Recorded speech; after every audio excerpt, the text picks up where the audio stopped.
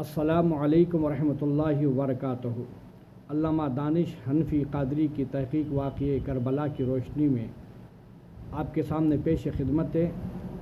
یہ خطبات محرم ہے جس کے مصنف ہیں فقیہ ملت مفتی جلال الدین احمد امجدی۔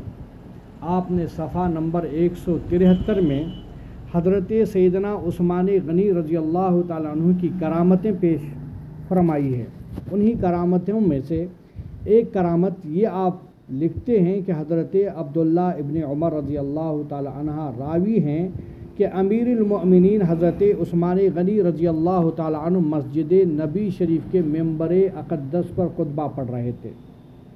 بالکل ہی اچانک ایک بد نصیب اور خبیث النفس انسان جس کا نام چاچا غفاری تھا کھڑا ہو گیا اور آپ کے دست مبارک سے عصا چھین کر اس کو توڑ ڈالا۔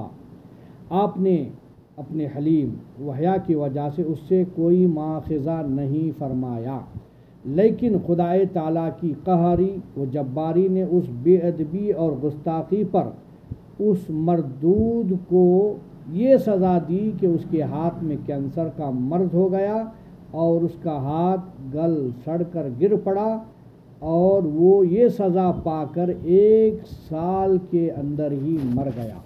تو میرے محترم بزرگوں اور دوستوں، یہ خطبات محرم ہے جس کے مصنف ہیں فقہ ملت مفتی جلال الدین احمد امجدی رحمۃ اللہ تعالی علیہ۔ میں خطبات محرم کے حوالے سے جس کی ذکر جس شخص یعنی چاچا غفاری کو اس خبیث النفس بد نصیب وغیرہ کہا گیا ہے اور ایک صحابی رسول ہیں، جی ہاں یہ بیعت رضوان میں بھی شامل تھے۔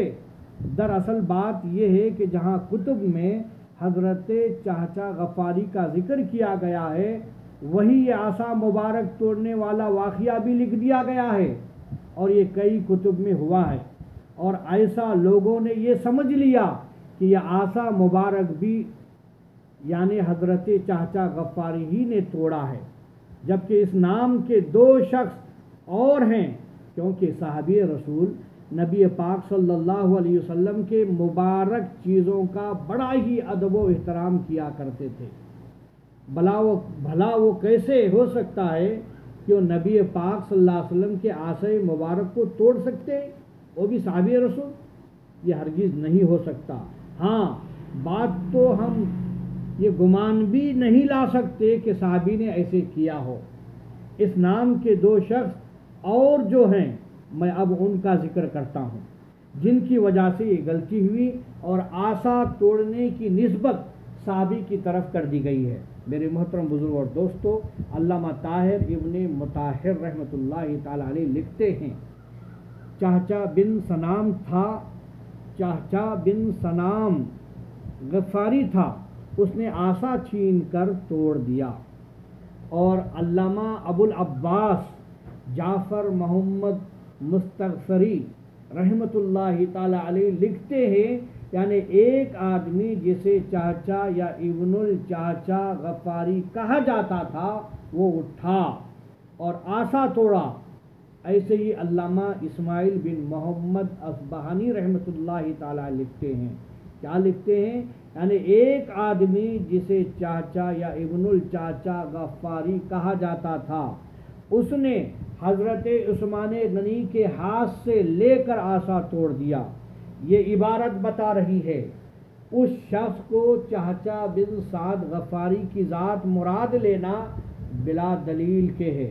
علامہ عبد الملک بن حسین آسامی رحمۃ اللہ تعالی علیہ لکھتے ہیں، کیا لکھتے ہیں؟ یعنی چاچا بن عمر غفاری نے عصا کو توڑا۔